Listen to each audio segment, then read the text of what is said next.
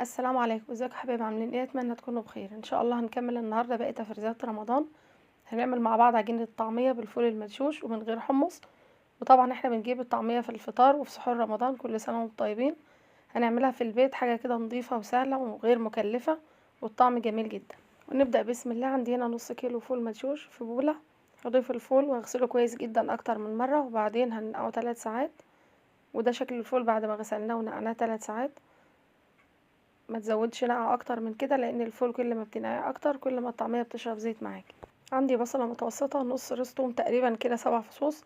خضار مشكل عباره عن كرات وشبت وبقدونس. متكتريش الخضره عشان كل ما بتكون كتير بتخلي العجينه تفك منك وبتسود ويبقى شكلها مش كويس، وبتتلسع منك وانت بتحمريها، وده سر من اسرارها.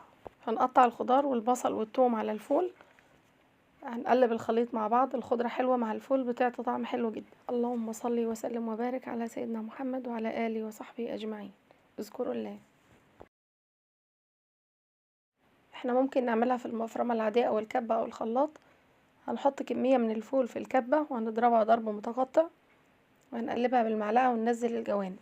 ما تنسوش لايك واشتراك في القناة وتفعيل زر الجرس.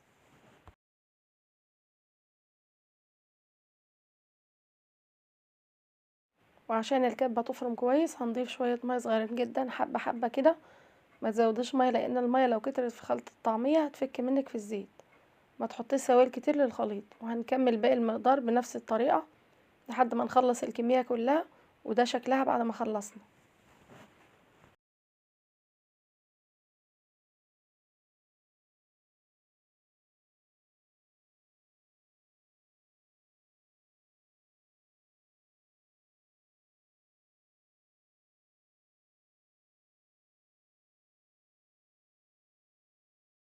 وده الشكل النهائي للطعمية. هضيف لها معلقة ملح بمثابة مادة حافظة.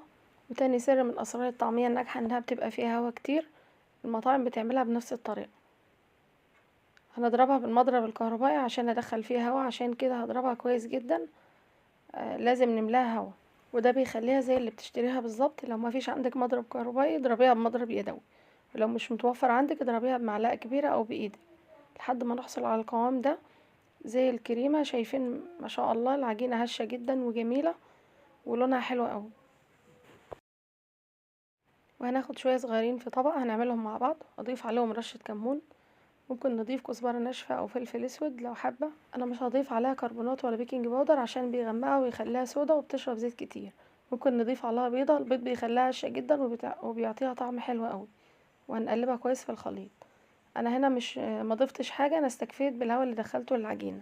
تعالوا بقى نقليها ونشوف طريقة القلي المظبوطة اللي تخلي طعمية متماسكة من غير ما تفك في الزيت وما تشربش زيت منك. اول حاجة الزيت لازم يكون سخن ومش بيغلي قوي، ما يكونش بارد، لانه لو بارد هتشرب زيت كتير. هنجيب طبق نحط فيه شوية مية عشان نبلل ايدينا، وطبق تاني فيه سمسم على كزبرة ناشفة، وممكن تضيف عليهم شمر، دي حاجة ترجع لك انتي. وهنختبر الزيت بقطعة صغيرة ونشوف لو طلعت على وش الزيت تبقى الزيت كده مظبوط معاكي.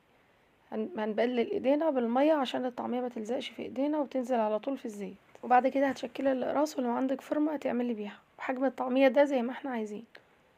هتاخدي شوية من العجين وهتشكليها، وهتضيفي عليها بصباعك كده شوية كزبرة وسمسم، وهتنزليها في زيت غزير بالراحة جدا. النار ما بتبقاش عالية قوي، بتبقى وسط عشان الطعمية ما تتحرقش منك وتاخد لون وهي لسه ما استوتش. العجينة متماسكة ما فكتش مني من غير استخدام بيكنج باودر ولا كربوناتو ولا اي حاجة. شايفين قد ايه ما شاء الله في منتهى الجمال والريحة ما شاء الله. هتقليها وبعدين وتقلبيها على الوش التاني وبعدين تطلعيها.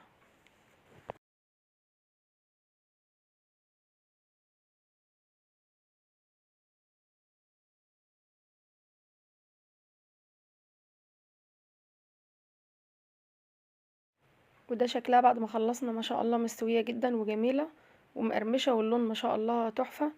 جربوها ان شاء الله تعجبكم. تعالوا بقى نشوف هتفرزيها ازاي. هنحط في اكياس الكمية اللي تحبيها على قد افراد اسرتك، وهتفضي الهواء من الكيس وهتقفليها كويس جدا، وهنفردها في الكيس ونبطط عليها بايدينا زي ما هتشوفوا دلوقتي. ما تضيفوش ليها اي بهارات قبل التفريز عشان ده بيفرق في اللون والطعم. هتضيفيهم لما تطلعيها. هتطلعي الكيس وتسيبيها تفك وبعدين تضيفي البهارات وهتضربيها شوية عشان ندخلها هوا تاني. وبعدين تقليها في الزيت بنفس الطريقة اللي عملناها. جربوا الوصفة دي هتعجبكم، طريقة سهلة جدا، حاجة مضمونة ونظيفة وعارفين جواها ايه ومعمولة ازاي. ودي الحمد لله انجح وصفة، ومش هتشتريها من بره تاني، وهتعتمدوها رمضان ان شاء الله. كل سنة وانتم طيبين. وبكده نكون خلصنا الفيديو بتاعنا. اشوفكم الفيديو الجاي ان شاء الله. مع السلامة.